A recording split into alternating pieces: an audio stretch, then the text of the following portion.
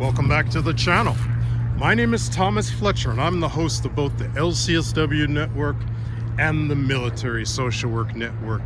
If you're new to both of my channels, please do me a favor by smashing that like button, by subscribing to the channels, and by sharing this video with your social work colleagues and friends. The purpose of both of these channels is to create a community of hope and support where social workers can come for relevant news, information, and inspiration. Well, welcome back to another episode of Ask a Military Social Worker.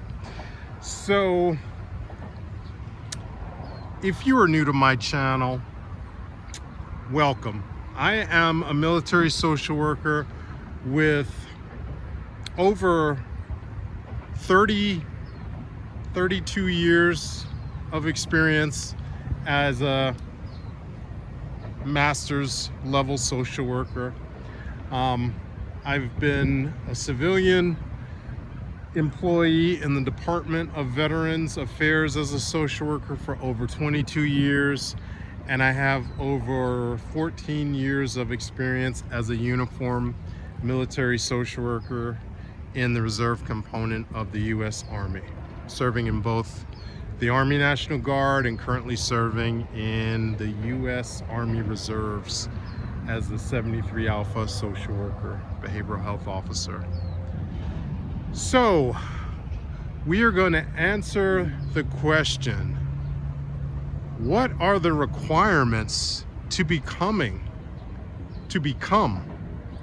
a uniform military social worker?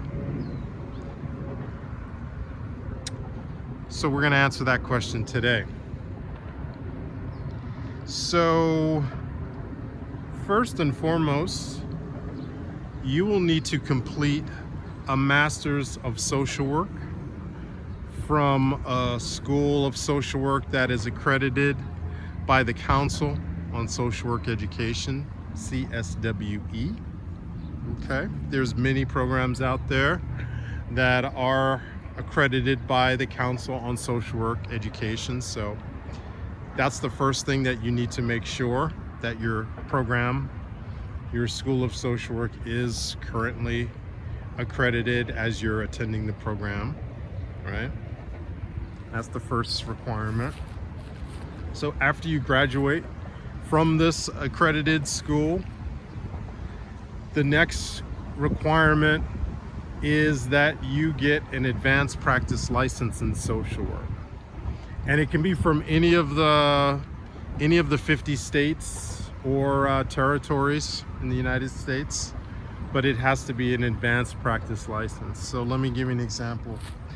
I graduated from the University of Buffalo, which is accredited, has been accredited by the Council on Social Work Education for many years. Before I graduated, I took the ASWB master's level exam in social work. So when I went to the recruiter initially, I had the LMSW designation. However, I found out that that was not an advanced practice license, and the Army would certainly sign me up. They would have loved to have gotten me as enlisted, right? Because you don't need a master's degree to come in enlisted. But to come into the Army or any of the other branches as a social worker, you need that advanced practice license. So I had to get my advanced practice license. I happened to choose California since I'd already been living in California. But I got my advanced practice license, LCSW, from the state of California. Once I had that license, I went back to the recruiter. In this case, it was Army Reserves, but I could have gone to a U.S. Army Reserve recruiter. But once I did that, I was able to, so I had my MSW from an accredited school, Council on Social Work Education. I had my advanced practice license. The next requirement was completing all of the paperwork for the background check, which I did, and it's been over 14 years. It's been over 15 years now since I completed that, but it was over 50 pages long.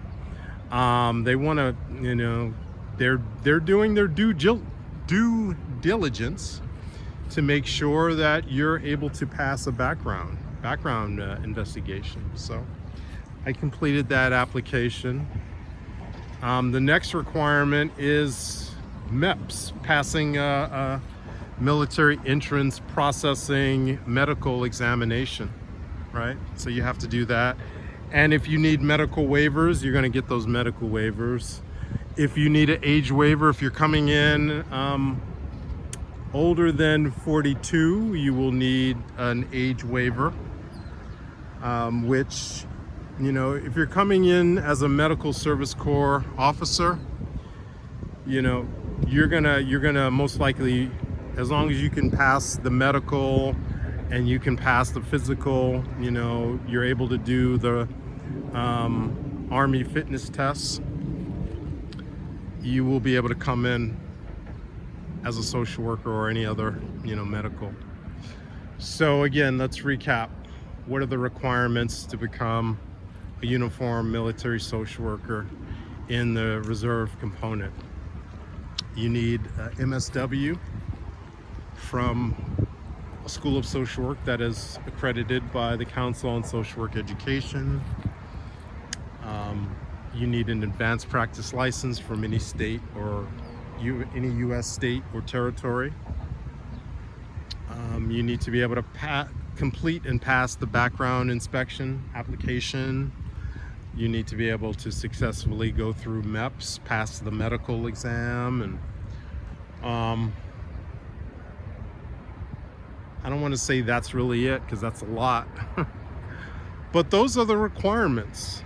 Yeah, I've been making videos about military social work now since 2021, and this is the first time I've ever actually made a video just going over the basics. So I wanted to cover these basics today. Okay, if you have any questions about what I've shared, feel free to put them in the chat.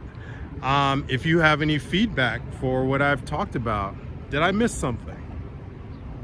I covered 99% of what you need to become a uniformed military social worker in the reserve component of the Army. There may be other, and I know there are other requirements.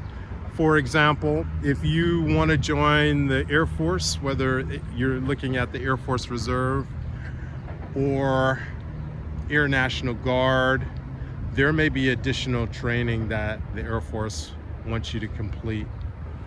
But